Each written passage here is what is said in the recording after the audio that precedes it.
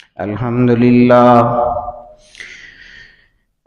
لله نحمده ونستعينه ونستغفره ونؤمن به ونتوكل عليه ونعوذ بالله من شرور أنفسنا ومن سيئات أعمالنا من يهده الله فلا مضل له ومن يضلله فلا هادي له ونشهد أن لا إله إلا الله وحده لا شريك له ونشهد أن سيدنا وشفيعنا ومولانا محمدا عبده ورسوله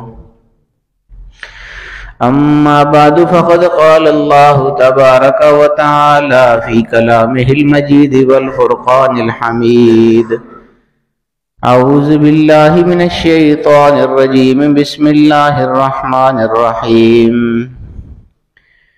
النبي أولى بالمؤمنين من أنفسهم وأزواجه أمهاتهم وقال تعالى في شان حبيبه مخبرا وآمرا إن الله وملائكته يصلون على النبي يا أيها الذين آمنوا صلوا عليه وسلموا تسليما اللهم صل على سيدنا ومولانا محمد وعلى آل سيدنا ومولانا محمد وبارك وسلم الصلاة والسلام عليك يا رسول الله وعلى آلك وأصحابك يا حبيب الله الصلاة والسلام عليك يا شفيع المذنبين وعلى آلك وأصحابك يا رحمة للعالمين.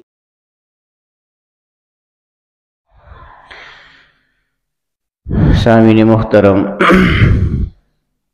رمضان شریف کا دوسرا عشرہ شروع ہو چکا ہے۔ پہلا عشرہ رحمت کے طور پر جانا جاتا ہے، اولہ رحمتن۔ اس ماہ مبارک کا پہلا عشرہ، پہلے 10 دن جو ہیں وہ رحمت کے لیے خاص ہوتے ہیں۔ وَأَوْسَطُهُ مَغْفِرَةٌ، اور جو درمیان والا عشرہ ہے، وسطی عشرہ جو ہے وہ مغفرت والا عشرہ ہے۔ تو اب مغفرت والا عشرہ شروع ہو چکا ہے۔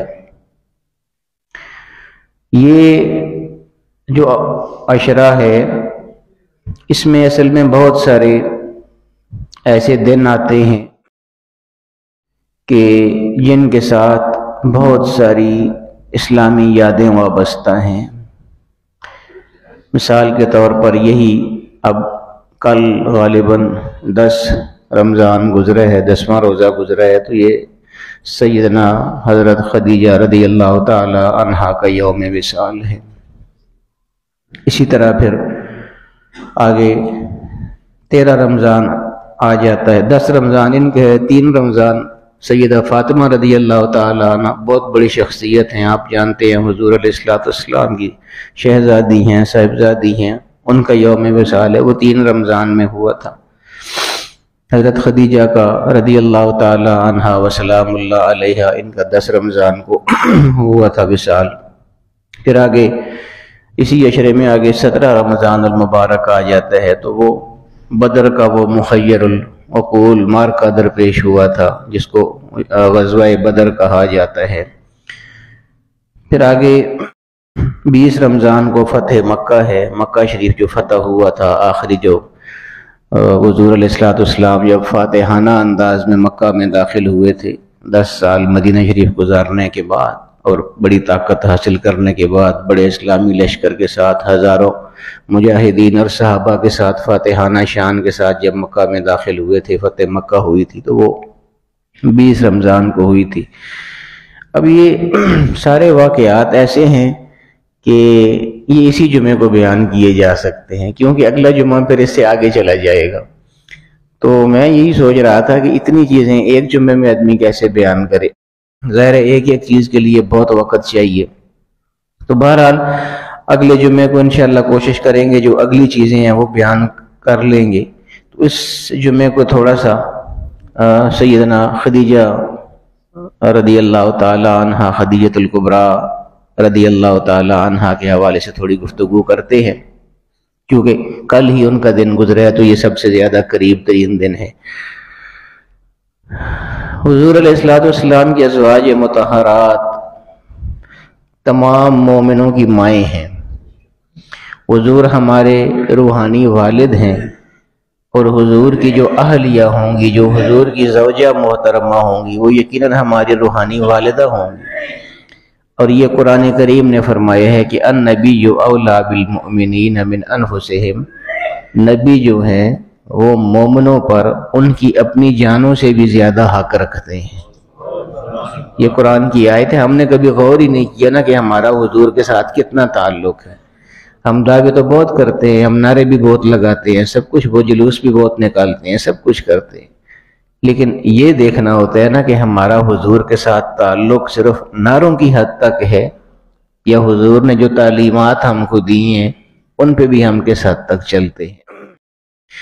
تو یہ حضور علیہ الصلوۃ والسلام کے ساتھ جتنا کسی کا تعلق ہوگا، اتنا ہی وہ حضور کے کردار کو اپنے کردار کے اندر سمونے کی کوشش کرے گا۔ حضور علیہ الصلوۃ والسلام دیکھیں نا، ہر نبی کو معجزے ملتے رہے ہیں، اور کفار کے سامنے ہمیشہ انبیاء نے اپنے معجزے رکھے تھے۔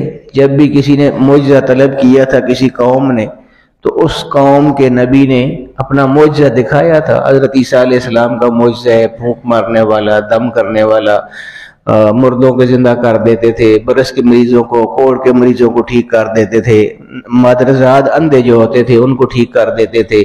موسیٰ علیہ السلام کا ید بیضاء مشہور تھا۔ تو ہر نبی اپنے اپنے معجزے لوگوں کو دکھاتے رہے، ہر نبی۔ اور مزے کی بات یہ ہے کہ حضور علیہ الصلوۃ والسلام کو تمام انبیاء سے زیادہ معجزات عطا فرمائے تھے اللہ پاک نے۔ وہ اس نے یوسف، دم عیسیٰ، ید بیضاء داری۔ وہ شاعر کہتے ہیں کہ یا رسول اللہ، حضرت یوسف علیہ السلام کو اللہ پاک نے بے تحاشا بے پناہ حسن عطا فرمایا تھا، تو وہ ان کی خوبی تھی، وہ حسن کسی اور کو عطا نہیں ہوا۔ دم عیسیٰ، حضرت عیسیٰ علیہ السلام کو اللہ پاک نے وہ دم کا جو معجزہ عطا فرمایا تھا، ہر طرح کے بیمار ان سے ٹھیک ہو جاتے تھے، وہ ان کا خاصہ تھا۔ ید بیضاء داری، اور موسیٰ علیہ السلام کو اللہ پاک نے چمکتا ہوا ہاتھ عطا فرمایا تھا، وہ معجزے کے طور پر اپنا چمکتا ہوا ہاتھ ید بیضاء دکھایا کرتے تھے۔ تو ہر نبی کو الگ الگ معجزہ عطا ہوا ہے۔ تو وہ شاعر نے بڑی خوبصورت بات کی ہے، وہ کہتے ہیں کہ حسن یوسف، دم عیسیٰ، ید بیضاء داری۔ یوسف علیہ السلام کا حسن، عیسیٰ علیہ السلام والا دم، موسیٰ علیہ السلام والا چمکتا ہاتھ، یہ سب کچھ آپ یا رسول اللہ اپنے پاس رکھتے ہیں۔ آنچ خوباں ہمہ دارند تو تنہا داری، یا رسول اللہ وہ سارے معجزات تو سب کو مل کے عطا ہوئے تھے، سب کے پاس ایک ایک معجزہ تھا، لیکن یا رسول اللہ پاک نے وہ سارے معجزے آپ کو اکیلے عطا فرما دیے۔ نعرہ تکبیر، نعرہ رسالت، شان رحمت العالمین۔ تو میں عرض یہ کر رہا تھا کہ انبیاء معجزے تو اپنے دکھاتے رہے ہیں۔ عجیب بات یہ ہے کہ حضور کو سب سے زیادہ معجزے عطا ہوئے، تو حضور نے اپنا کوئی معجزہ پیش ہی نہیں کیا۔ جب بھی کفار نے کوئی چیز طلب کی تو حضور علیہ الصلوۃ والسلام نے، میں وہ بات کردار کی کر رہا تھا نا کہ حضور کا کردار اپنے کردار کے اندر لانا ہے ہم نے، یا اپنے کردار کو حضور کے کردار کے مطابق ہم نے ڈالنا ہے۔ اس سلسلے میں بات کر رہا تھا کہ سب انبیاء کو معجزے عطا ہوئے، اور حضور علیہ الصلوۃ والسلام کو سب سے زیادہ معجزے عطا ہوئے، لیکن جب معجزہ طلب کیا گیا حضور علیہ الصلوۃ والسلام سے تو اپنا کوئی معجزہ دکھایا ہی نہیں، حالانکہ بہت زیادہ معجزات عطا ہوئے تھے آپ کو۔ معجزہ دکھایا تو کیا فرمایا کہ فقط لبثت فیکم عمرا من قبلہ افلا تعقلون، ارے نادانو، یہ نبوت کا اعلان تو میں نے اب کیا ہے، اس سے پہلے جو میری زندگی ہے 40 سال کی، وہ بھی تو میں نے تمہارے سامنے گزاری ہے، تمہارے اندر گزاری ہے۔ اے مشرکین، کہیں کوئی انگلی رکھ سکتے ہو، کہیں کسی جگہ کہہ سکتے ہو کہ میں کمزور تھا، کبھی میں نے جھوٹ بولا ہو، کبھی میں نے خیانت کی ہو، کبھی میں نے امانت داری میں کوئی کمی چھوڑی ہو، تو وہ سارے یک زبان کہہ دیتے تھے کہ نہیں یا رسول اللہ آپ صادق اور امین ہیں، ہم آپ کو صادق مانتے ہیں، آپ کو امین مانتے ہیں۔ تو یہ کردار تھا حضور علیہ الصلوۃ والسلام کا۔ میں عرض یہ کر رہا تھا کہ کھوکھلے نعرے لگانا تو اور بات ہے نا، لیکن حضور علیہ الصلوۃ والسلام کی تعلیمات کو، اپنے جسم کو، اپنے کردار کو حضور کی تعلیمات کے مطابق چلانا، جس طرح حضور علیہ الصلوۃ والسلام نے جو تعلیمات فرمائی ہیں ان کے مطابق زندگی گزارنا، یہ ایک الگ بات ہے۔ اور حضور علیہ الصلوۃ والسلام کے ساتھ تو محبت اور تعلق اصل تو تبھی ہوگا کہ جب حضور کی تعلیمات کو اپنانے کی کوشش کریں گے، تب النبی اولیٰ بالمؤمنین من انفسہم ہوں گے، کہ حضور علیہ الصلوۃ والسلام کو اپنی جانوں سے بھی زیادہ ہم پسند کریں گے اور اپنی جانیں بھی ان پر قربان کریں گے۔ اور پھر آگے اللہ نے فرمایا کہ وَأَزْوَاجُهُ أُمَّهَاتُهُمْ، اور یہ جتنے مومن ہیں، جتنے مومنین ہیں، ان پر ان کی جانوں سے زیادہ حق حضور علیہ الصلوۃ والسلام کا ہے۔ اسی وجہ سے أَزْوَاجُهُ أُمَّهَاتُهُمْ، نبی علیہ الصلوۃ والسلام کی جتنی بھی گھر والیاں ہیں، عورتیں ہیں جو حضور علیہ الصلوۃ والسلام کی اہلیہ ہیں، جتنی بھی، وہ ساری مومنین کی مائیں ہیں۔ بہت بڑا درجہ ہے، بہت بڑا رتبہ ہے حضور علیہ الصلوۃ والسلام کی اہل خانہ میں سے ہو جانا۔ ازواج مطہرات جتنی بھی ہیں، سب کا ہی حضور علیہ الصلوۃ والسلام کے ساتھ بہت زیادہ تعلق ہے، اور اپنے اپنے انداز ہیں تعلق کے، پھر اپنی اپنی عمر کے اعتبار سے بھی الگ الگ تعلق ہے۔ یہ بھی بڑی عجیب بات ہے۔ اب سیدہ عائشہ صدیقہ رضی اللہ تعالی عنہ ہے، وہ بھی حضور علیہ الصلوۃ والسلام کی زوجہ محترمہ ہے، ان کی عمر اور ہے۔ سیدنا خدیجہ رضی اللہ تعالی عنہ، یہ بھی حضور کی زوجہ مبارکہ ہیں، ان کی عمر اور ہے۔ اب ظاہر ہے کہ ذہن جو ہوتا ہے یہ عمر کے ساتھ ساتھ پروان چڑھتا ہے۔ اگر عمر کم ہوگی تو اتنا ہی آدمی میچور بھی کم ہوتا ہے۔ جتنی عمر زیادہ ہوتی ہے، زمانے کے سرد گرم دیکھ کے انسان کا تجربہ زیادہ ہوتا ہے، تو وہ اس کا ذہن اور طرح کا ہوتا ہے، اس کے ذہن میں اور چیزیں ہوتی ہیں۔ یہ سیدہ خدیجہ رضی اللہ تعالی عنہ، ان کا حضور علیہ الصلوۃ والسلام کے ساتھ جو تعلق ہے وہ ابھی میں آپ کو بتاتا ہوں۔ یہ ان کی پہلے 2 شادیاں ہوئی تھیں۔ حضور علیہ الصلوۃ والسلام کے ساتھ ان کی جب شادی ہوئی تو اس سے پہلے ان کی 2 شادیاں ہو چکی تھیں۔ ایک جگہ سے شادی ختم ہو گئی تھی، اور ایک جگہ ان کے جو خاوند تھے وہ فوت ہو گئے تھے۔ 2 شادیاں پہلے یہ کر چکی تھی۔ یہ حضور علیہ الصلوۃ والسلام کے ساتھ ان کی تیسری شادی تھی۔ 40 سال تھی ان کی عمر جس وقت شادی ہوئی حضور علیہ الصلوۃ والسلام کے ساتھ۔ حضور علیہ الصلوۃ والسلام کی عمر اس وقت کتنی تھی؟ 25 سال۔ اب دیکھیں نا، لوگ بعض دفعہ اعتراض بھی کرتے ہیں سیدنا عائشہ صدیقہ رضی اللہ تعالیٰ عنہ کے حوالے سے کہ حضور علیہ الصلوۃ والسلام نے بہت چھوٹی عمر میں ان کے ساتھ شادی ہوئی تھی۔ وہ الگ بات ہے، تحقیق سے پتہ چلتا ہے کہ وہ روایت ٹھیک ہے یا نہیں ٹھیک ہے، اگرچہ حضرت صاحب کا اور بہت سے لوگوں کا یہ خیال ہے کہ وہ روایت ٹھیک نہیں ہے۔ صحیح یہ ہے کہ وہ جہاں پہ 6 لکھا جاتا ہے وہاں پہ 16 ہے، اور جہاں پہ 9 لکھا جاتا ہے وہاں پہ 19 ہے۔ تو وہ ایک یعنی ہنسا حرف، یعنی 19 لکھنے میں ایک آتا ہے، اکائی جو آتی ہے وہ غالباً رہ گئی۔ پرانے زمانے کی چھاپے ہوتے تھے کتابوں کے، پرنٹنگ کے، آج کل کی طرح انتظام تھا نہیں، تو وہ اس میں روایتوں میں ایسے آ گیا، تو سب نے یہی بات بنا لی کہ حضرت عائشہ کی عمر 6 سال تھی نکاح کے وقت، اور 9 سال تھی رخصتی کے وقت۔ ممکن ہی نہیں ہے، یہ کیسے ممکن ہے 6 سال کی عمر اور 9 سال کی عمر؟ جتنے لوگ یہاں پہ صاحب اولاد بیٹھے ہوئے ہیں، کوئی بھی آدمی تصور بھی کر سکتا ہے کہ اپنی 6 سال کی بیٹی کسی کو شادی کے لیے دے دے گا۔ یہ بالکل غلط بات ہے۔ کچھ لوگ اس کی تشریح بھی کرتے رہتے ہیں کہ جو وہ اس لیے ہوا تھا کہ حضور کی زوجیت میں چھوٹی عمر کی بچی آ جائے، تاکہ وہ چھوٹی عمر کے جو مسائل ہیں وہ بھی لوگوں کو خواہ مخواہ اس کا دفاع کر رہے ہیں۔ جب یعنی ایک چیز حضور علیہ نعرہ تکبیر، نعرہ رسالت، قبلہ حضرت صاحب، فیضان صدریہ جاری رہے گا۔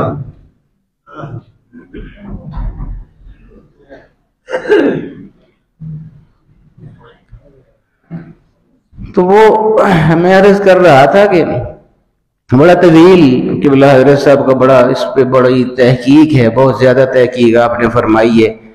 میں ادھر اسلامیہ کی یونیورسٹی اسلام آباد میں ان دنوں پڑھتا تھا، تو حضرت صاحب تحقیق فرما رہے تھے جب اس کی، تو حضرت صاحب باقاعدہ وہاں کے آ کے رہے تھے اسلام آباد یونیورسٹی میں اس تحقیق کے لیے، لائبریری میں رہے تھے حضرت صاحب وہاں پہ۔ یہ چیزیں ایسے ہی اچانک نہیں وقوع پذیر ہو جاتی ہیں، بڑی محنتیں ہوتی ہیں ان کے پیچھے۔ تو حضرت صاحب نے یہ ثابت کیا تھا کہ وہ جو 6 سال ہے وہ اصل میں 16 سال ہے، اور جو 9 سال ہے وہ 19 سال ہے۔ تو اب تو سارے علماء بھی مان چکے ہیں حضرت صاحب کی تحقیق کو۔ بہرحال میں عرض یہ کر رہا تھا کہ وہ حضرت خدیجہ رضی اللہ تعالی عنہ کی عمر کے حوالے سے تو بہرحال ان کی عمر کم ہی تھی نا، چلے 16 بھی ہو 19 بھی ہو اگر، تو وہی بات ہے کہ حضرت خدیجہ اس وقت 40 سال کی تھی، تو ان کے مقابلے میں تو حضرت عائشہ صدیقہ رضی اللہ تعالی عنہ کی عمر کم ہی تھی نا، 20 سال بھی ہو 19 سال بھی ہو۔ تو اب ظاہر ہے کہ 19 سال والا ذہن اور ہوگا، اور حضرت خدیجہ کا جو 40 سال والا ذہن ہے وہ اور ہوگا۔ انہوں نے سرد گرم ہر طرح کے حالات دیکھے ہوئے تھے۔ تو حضور علیہ السلام کے ساتھ ان کا تعلق بنا کیسے شروع میں؟ اصل میں یہ بہت مالدار خاتون تھی، سیدہ خدیجہ الکبریٰ رضی اللہ تعالی عنہا بہت امیر خاتون تھی، بہت بڑی تجارت تھی ان کی وہاں پر۔ اور اس زمانے میں یہ عجیب بات ہے کہ اللہ تعالیٰ ہے بس حفاظت فرماتا ہے جس کو جس گھر میں بھیجنا ہوتا ہے۔ حضور علیہ السلام کے گھر میں انہوں نے تشریف لانا تھا، تو ان کی ابتدا سے ہی بتوں کے ساتھ بالکل نہیں لگتی تھی حضرت خدیجہ رضی اللہ تعالیٰ۔ حالانکہ یہ اس وقت اسلام تو نہیں لائی تھی، اسلام تو حضور علیہ السلام کے ساتھ تعلق اس کے بعد ہوا تھا، لیکن جب نئی اسلام لائی تھی تب بھی ان کے سارے جتنے بھی رشتہ دار تھے وہ سارے بتوں کی پوجا کرنے والے تھے۔ واحد یہ خاتون تھی جو بتوں سے بیزار تھیں اور ان سے نفرت کرتی تھیں۔ یہ اکثر حرم شریف میں آ کے بیٹھ جاتی تھیں کعبہ شریف کے پاس، اور اللہ رب العالمین کے ساتھ اراز ہونے، یہ شادی سے پہلے کی باتیں آپ کو بتا رہا ہوں۔ شادی کے بعد تو ظاہر ہے نا حضور علیہ السلام کے ساتھ تعلق ہو گیا، پھر وہ ایک مسلم حیثیت سے زندگی گزار رہی تھی، مسلمان، پھر ام المومنین، تو وہ سارے اعزازات تو بعد کے، یہ میں آپ کو پہلے کی بات بتا رہا ہوں جب حضور کے ساتھ تعلق ہی نہیں تھا، جب حضور کے ساتھ شادی نہیں ہوئی تھی، جب ام المومنین نہیں تھی، جب مسلمان نہیں تھی، اس وقت بھی اللہ پاک نے ان کو کیسے رکھا ہوا تھا کہ حرم شریف میں آ کے بیٹھ جاتی تھی، اور اس وقت بھی اللہ رب العالمین کے ساتھ تعلق قائم رہتا تھا ان کا۔ بہت بڑی تاجرہ تھی، بہت بڑی تجارت تھی، بہت بڑے ان کے وہ ہوتے تھے کاروان اونٹوں کے جو چلتے تھے تجارت کے۔ تو یہ خود تو نہیں جاتی تھیں، لوگوں کے ہمراہ اپنا سامان شام بھجوا دیا کرتی تھیں قافلوں میں اونٹوں پر، تو وہ لوگ ان کی جگہ پر تجارت کرتے رہتے تھے اور واپس آ کے جتنا بھی منافع ہوتا تھا وہ ان کو دے دیا کرتے تھے۔ اللہ پر توکل بھی دیکھیں، جب حضور علیہ السلام صادق اور امین مشہور ہوئے مکہ میں، مخالفت اپنی جگہ تھی ان کی، لیکن صادق اور امین تو سارے مانتے تھے، جیسا میں آپ کو بتا چکا ہوں۔ صادق امین سے کوئی انکار نہیں کرتا تھا، وہی حضور کے کردار والی بات ہے ساری، صادق امین سب مانتے تھے۔ تو یہ وہی دور تھا جب ان کے قافلے شام جایا کرتے تھے سیدہ خدیجہ رضی اللہ تعالی عنہا کے۔ ہر دور میں ہر طرح کے لوگ ہوتے ہیں، سارے ایماندار بھی نہیں ہوتے ہیں۔ اب یہ جن کو اپنا سامان دے کے بھیجتی تھیں ان میں بھی ہر طرح کے لوگ ہوتے تھے۔ کوئی ایماندار ہوتے تھے جو پوری طرح جس طرح حساب کتاب ہوتا تھا، جتنا ان کا منافع ہوتا تھا، پرافٹ وغیرہ، وہ ان کو دے دیا کرتے تھے واپس آ کے۔ اور دوسری طرح کے لوگ بھی ہوتے تھے جو ایماندار نہیں ہوتے تھے، کھا پی جاتے تھے سامان کو اور اس میں وہ کر دیتے تھے، خیانت کر دیتے تھے۔ تو وہ ہر طرح کے حالات سے گزرتی رہی تھی۔ جب حضور علیہ السلام کے بارے میں یہ پتہ چلا، ظاہر ہے ہر طرف یہ بات مشہور تھی کہ محمد صلی اللہ علیہ وسلم جو ہے، اس وقت ظاہر ہے لوگ ایمان تو نہیں لائے ہوئے تھے، لیکن یہ تو پتہ تھا سب کو، اور یہ سب مانتے تھے کہ محمد جو ہیں وہ صادق ہیں اور امین ہیں، وہ سچے بھی ہیں اور امانت دار بھی ہیں، خیانت نہیں کرتے ہیں۔ تو حضرت خدیجہ کو یہ خیال آیا کہ میں اور لوگوں کو جو اپنے مال کا نگہبان اور نگران بنا کے بھیجتی ہوں، تو پتہ بھی نہیں چلتا میرے ساتھ کوئی کیا کرے گا، کوئی خیانت کرے گا، تو یہ تو ہے ہی امین ہے اور صادق ہیں، تو مجھے چاہیے کہ میں اپنا مال ان کے ہاتھ پر شام بھیجوں۔ یہ بھی پتہ چل جائے گا کہ ان کی وجہ سے اللہ پاک برکت کتنی دے گا، اور یہ کم سے کم یقین رہے گا کہ اس میں خیانت کوئی نہیں ہوگی، کیونکہ وہ ہیں ہی امین ہیں اور صادق ہیں، امانت دار ہیں۔ چنانچہ اس پروگرام کے تحت انہوں نے حضور علیہ الصلوۃ والسلام کے ساتھ ایک میٹنگ رکھی۔ وہ پہلی میٹنگ جو تھی اس میں حضور علیہ الصلوۃ والسلام سے عرض کی کہ آپ جانتے ہیں کہ میرا سامان سارے لوگ لے جاتے رہتے ہیں شام، تو میں یہ چاہتی ہوں کہ آپ صادق بھی ہیں اور امین بھی ہیں، تو میں یہ چاہتی ہوں کہ میرا جو سامان ہے اس دفعہ وہ آپ لے کے جائیں، اور وہ میں سب کو اجرت دیتی ہوں اس چیز کا۔ ظاہر معاوضہ تو ہوتا ہے نا، ہر کام کا معاوضہ ہوتا ہے، جو لوگ بھی کام کرتے ہیں، خدمتیں کرتے ہیں، ملازمتیں کرتے ہیں، تو آپ اگر میرا یہ کام کریں گے، میرا سامان لے کے جائیں گے، تو باقی جتنے لوگوں کو بھی میں معاوضہ دیتی ہوں ان کا مجھے یہ پتہ نہیں ہے کہ وہ امین ہیں کہ نہیں ہیں اور صادق ہیں کہ نہیں ہیں، لیکن آپ کا مجھے پتہ ہے کہ آپ امین بھی ہیں اور صادق بھی ہیں، اس لیے جتنا معاوضہ ان کو دیتی ہوں اس کا دگنا معاوضہ آپ کی صداقت اور امانت کی وجہ سے میں آپ کو پیش کروں گی۔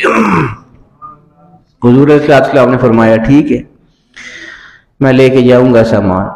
تو پھر حضور علیہ السلام ان کا سامان پہلی دفعہ لے کے گئی شام۔ بڑی وہ میں نے عرض کی ہے نا کہ 40 سال کی عمر میں ہوشیار ہوتا ہے بندہ، ہر چیز ذہن میں ہوتی ہے، تو وہ ان کے بارے میں حضور علیہ السلام کے بارے میں سیدہ خدیجہ الکبریٰ رضی اللہ تعالی عنہ پہلے سے اس شک میں مبتلا تھیں کہ شاید یہ اللہ کے نبی ہوں گے۔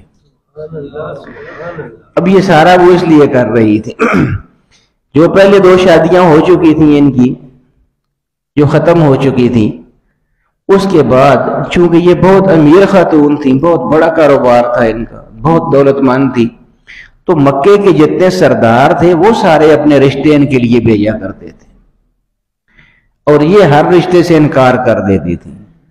وجہ وہی تھی کہ ان کے ذہن میں یہ تھا کہ شاید یہ جو محمد ہے یہ اللہ کے نبی ہیں اور میں نے ان کے ساتھ شادی کرنی ہے، وہ ذہن میں وہ تھا۔ تو وہ جب بھیجا حضور علیہ السلام کو قافلے کے ساتھ شام، تو ہوشیاری انہوں نے یہ کی کہ اپنا ایک خاص غلام جس کا نام تھا میسرہ، اس کو بھی ساتھ بھیج دیا، اور حضور سے عرض کی کہ چونکہ آپ سفر میں ہوں گے تو آپ کو خدمت کی ضرورت ہوگی، تو یہ ساتھ میں اپنا غلام بھی بھیج رہی ہوں، یہ آپ کی خدمت کرتا رہے گا۔ میسرہ کو یہ کہہ دیا کہ مجھے ادھر کی پوری رپورٹ دینا کہ یہ کیا کیا کرتے ہیں اور ان سے کس طرح کے لوگ ملتے ہیں۔ خیال تو ان کا تھا کہ یہ نبی ہوں گے۔ وہ میسرہ چلے گئی حضور علیہ السلام کے ساتھ غلام کی حیثیت سے۔ وہاں ایک راہب ملا، شام میں ایک راہب تھا جس کا نام تھا نستورہ۔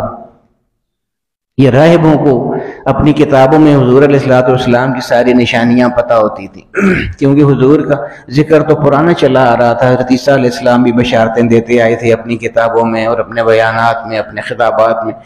تو وہاں نستورہ راہب جو ہے اس کے ساتھ میسرہ کی ملاقات ہو گئی۔ حضور علیہ السلام تھوڑا تھکے ہوئے تھے تو ایک درخت کے نیچے جا کے بیٹھے۔ یہ نستورہ وہاں سے گزرا تو یہ میسرہ کو جاننے والا تھا کہ میسرہ جو ہے یہ غلام ہے حضرت خدیجہ رضی اللہ تعالی عنہ کا، میسرہ کو جانتا تھا یہ غلام کی حیثیت سے۔ تو اس نے اس سے پوچھا کہ تم تو خدیجہ کے غلام ہو، تو یہاں کیا کر رہے ہو؟ اس نے کہا کہ یہ سامنے جو درخت کے نیچے بیٹھے ہوئے ان کی خدمت کے لیے آیا ہو۔ پوچھا کون ہے یہ؟ تو میسرہ نے کہا کہ نام تو ان کا محمد ہے، لیکن مکے میں سارے ان کو صادق اور امین کہتے ہیں۔ بس اتنا اس کے لیے کافی تھا نستورہ کے لیے۔ وہ کہتا ہے کہ ابھی انہوں نے اعلان نبوت نہیں کی ہے۔ میسرہ نے کہا کہ نہیں، ابھی تو اعلان نبوت نہیں کی ہے۔ وہ نستورہ نے کہا کہ میں تمہیں بتاتا ہوں، ہماری کتابوں میں یہ ساری نشانیاں ان کی درج ہیں، جو کچھ میں ان کے اندر دیکھ رہا ہوں وہ ساری چیزیں ہماری کتابوں میں موجود ہیں۔ مجھے یہ پتہ نہیں ہے کہ میری زندگی میں یہ نبوت کا اعلان کریں گے یا نہیں کریں گے، لیکن میں ابھی سے ان پر ایمان لاتا ہوں، اور میں تجھ کو بھی نصیحت کرتا ہوں جب بھی یہ نبوت کا اعلان کرے تم نے ان پر ایمان لانے ہیں۔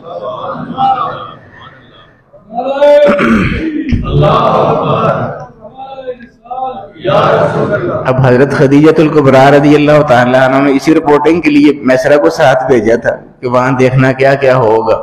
یہ سارے حالات میسرہ نے جب دیکھے، واپس آئے، قافلہ جب واپس آ گیا تو حضور علیہ الصلوۃ والسلام سے زیادہ امین اور صادق کون ہو سکتا ہے؟ حضور نے جتنا بھی اس کا منافع تھا، جو کچھ بھی تھا، جتنا بھی وہ معاملات ہوئے تھے سارے تجارت کے حوالے سے، وہ پوری رپورٹ حضرت خدیجہ الکبریٰ رضی اللہ تعالیٰ عنہ کے حوالے کی، اور جتنا ان کا منافع بنتا تھا وہ بھی ان کو دے دیا۔ حضور علیہ الصلوۃ والسلام واپس تشریف لے آئے۔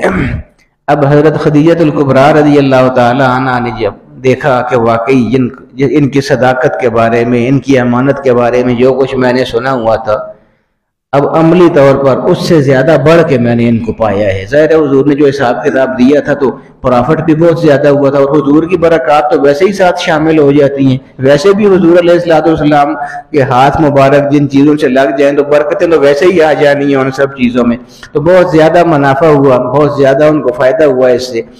پھر میسرہ سے جب رپورٹ لی اور میسرہ نے جب بتایا کہ یہ تو وہی ہے جو آپ کا خیال ہے، وہی بات ہے، تو پھر ان کا یہ خیال ہو گیا کہ اب انشاءاللہ میں حضور علیہ الصلوۃ والسلام سے عرض کروں گی کہ مجھے میرے ساتھ شادی کریں۔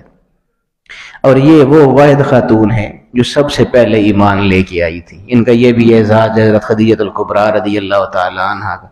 بعد میں حضور علیہ الصلوۃ والسلام کی بہت شادیاں ہوئی تھیں ان کے وصال کے بعد، لیکن دیکھیے وہ تھوڑے تھوڑے عرصے میں شادیاں ہوتی رہی ہیں۔ یہ حضرت خدیجہ الکبریٰ رضی اللہ تعالی عنہ کا میں آپ کو بتا رہا ہوں کہ ایک تو پہلے ہی 2 شادیاں ان کی ہو چکی تھی، تیسری شادی حضور علیہ الصلوۃ والسلام کے ساتھ ہوئی تھی۔ 40 سال ان کی عمر تھی اس وقت، حضور اس وقت 25 سال کے تھے، جوان تھے۔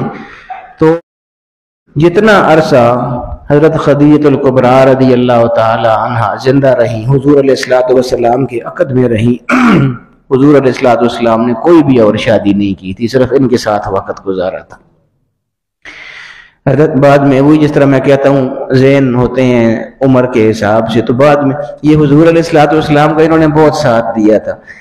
ایمان تو لے آئی تھی شروع میں، تو حضور علیہ الصلوۃ والسلام پر جب پہلی وحی نازل ہوئی تھی اقرأ بسم ربک الذی خلق، تو حضور علیہ الصلوۃ والسلام غار حرا میں تھے وہاں پر، تو وہاں سے جب واپس گھر تشریف لے آئے تو آ کے ان کو بتایا کہ مجھ پر اللہ کا کلام نازل ہو رہا ہے۔ تو حضور علیہ الصلوۃ والسلام کو سردی محسوس ہو رہی تھی اس کلام کی وجہ سے، انہوں نے آپ کو چادر پہنائی، اوڑھائی چادر، اور ہر وقت ان کو تسلیاں دیا کرتے تھے۔ یہ بڑی عجیب بات ہے نا، جو حضور علیہ الصلوۃ والسلام یاد کیا کرتے تھے ان کی بات کو، کہ جب بھی کفار مشرکین حضور کو کوئی تانا دیتے، کوئی گالی دیتے یا کوئی ایسی دشنام ترازی کرتے جس سے حضور کا دل پریشان ہوتا، رنجیدہ ہوتا، تو یہ اب دیکھیں نا، یہ ہوتی ہے بیوی صحیح۔ حضور علیہ الصلوۃ والسلام فرماتے ہیں کہ جب بھی مجھے کسی نے کوئی تکلیف دی اور مجھے وہ تکلیف پہنچی تو خدیجہ سامنے آ گئی اور اس نے ہر طرح سے اس تکلیف کو ختم کرنے کی کوشش کی اور ہر طرح سے مجھے تسلی دینے کی کوشش کی۔ یہی ہوتی ہے نا ہمدردی، ایثار، قربانی، یہی چیزیں ہوتی ہیں۔ تو اصل تو وصف یہ ہوتا ہے گھر کا۔ تو حضور فرماتے ہیں کہ بعد میں جب حضرت عائشہ صدیقہ رضی اللہ تعالی عنہ کے ساتھ بھی حضور کی شادی ہوئی تھی، تو اب یہ وہی میں کہہ رہا تھا کہ عمر کے حساب سے حضرت خدیجہ سے تو بہت چھوٹی تھی، تو حضور علیہ الصلوۃ والسلام اب وہ فوت ہو چکی تھیں، دور تھا ان کا حضرت عائشہ صدیقہ رضی اللہ تعالی عنہ کا اور باقی ازواج کا، تو حضور اس وقت بھی اکثر باتوں میں حضرت خدیجہ کا ذکر کر دیا کرتے تھے۔ ظاہر ہے کہ ان کے ساتھ وقت بہت گزرا تھا، وہ بہت زیادہ ہمدردیاں ان کی حضور علیہ الصلوۃ والسلام کے ساتھ تھی۔ تو حضرت عائشہ صدیقہ رضی اللہ تعالی عنہ کے سامنے جب کبھی حضور فرماتے کہ وہ اس وقت میں وہ خدیجہ ایسے کرتی تھی، تو اب یہ تو سوکن بھی تھی نا، تو ان کو عجیب سا لگتا کہ میں سامنے بیٹھی ہوئی، اب مزاج تو ہے، طبیعتیں ہیں نا، اپنی اپنی فطرت میں ہوتی ہے ہر چیز، یہ تو انسان کی طبعی چیزیں ہیں نا۔ بے شک حضور علیہ الصلوۃ والسلام کا ساتھ تھا، سب کچھ تھا، لیکن یہ تو طبیعت کے اندر چیزیں موجود ہوتی۔ تو وہ آگے سے کہتی ہیں کہ یا رسول اللہ، اللہ پاک نے اس سے زیادہ جوان خوبصورت آپ کو بیوی عطا فرمائی ہے، تو آپ بوڑھی کو کیوں کر رہے ہیں؟ حضور علیہ الصلوۃ والسلام پھر ان کو آنکھوں میں آنسو آ جاتے، جب وہ یہ کہتی نا تو حضور کی آنکھوں میں آنسو۔ میں تعلق بتا رہا ہوں کہ تعلق کیسے ہوتے ہیں۔ حضور علیہ الصلوۃ والسلام کی آنکھوں میں آنسو آ جاتے اور آپ فرماتے کہ عائشہ تو یہ کیا پتہ ہے اس نے میرا کس طرح ساتھ دیا تھا، تم لوگوں نے تو آسانی کے وقت دیکھے ہوئے ہیں، تم تو بڑی آسانی سے آ گئی ہو، بڑی آسانی سے اسلام بھی لے آئی ہو۔ اس نے جس وقت اسلام لایا تھا اس وقت کوئی بھی اسلام لانے والا نہیں تھا۔ اس وقت جو اس نے میرا ساتھ دیا تھا اس وقت کوئی میرا ساتھ دینے والا نہیں ہوا کرتا تھا۔ ہر طرف سے مجھے لوگ ستایا کرتے تھے، اذیتیں دیا کرتے تھے، تنگ کیا کرتے تھے، اور وہ میرا خیال رکھنے والی واحد فرد موجود ہوتی تھی۔ یہاں سے بھی میں تکلیف میں واپس آتا تھا، وہ آگے سے کھڑی ہوتی تھی میرے استقبال کرنے کے لیے، اور ہر طرح سے میری دل جوئی کیا کرتی تھی، میرا غم ختم کرنے کی کوشش کیا کرتی تھی۔ کیسے میں بھول سکتا ہوں اس کو، اس کے احسانات کو کیسے میں بھول سکتا ہوں؟ بلکہ ان کے وصال کے بعد ایک دفعہ ان کی ہمشیرہ آئی حضور علیہ الصلوۃ والسلام کو ملنے کے لیے، حضرت خدیجہ الکبریٰ رضی اللہ تعالی عنہا کی ہمشیرہ آئیں، تو حضور علیہ الصلوۃ والسلام سے جو ہی انہوں نے بات کی تو حضور رو پڑے۔ بعد میں کسی نے پوچھا کہ ان کی بات پر آپ کیوں رو پڑے تھے؟ فرمایا کہ یہ خدیجہ کی بہن ہے اور ان کی آواز اس کے ساتھ اتنی زیادہ ملتی ہے کہ جب انہوں نے بات کی تو مجھے ایسے پتا چلا چاہے خدیجہ سامنے آ گئی اور میرے سامنے باتیں کر رہی، اس لیے میں رو پڑا تھا، وہ یاد آ گئی تھی۔ تو یہ ان ام المومنین امہات المومنین کے حالات ہیں، بڑے عجیب عجیب حالات ہیں۔ انشاءاللہ پھر کبھی موقع ملا تو آپ کو اور بھی بتاؤں گا۔ اللہ رب العالمین ہمیں ان سب چیزوں کو سمجھنے کی توفیق عطا فرمائے اور ان سب پر عمل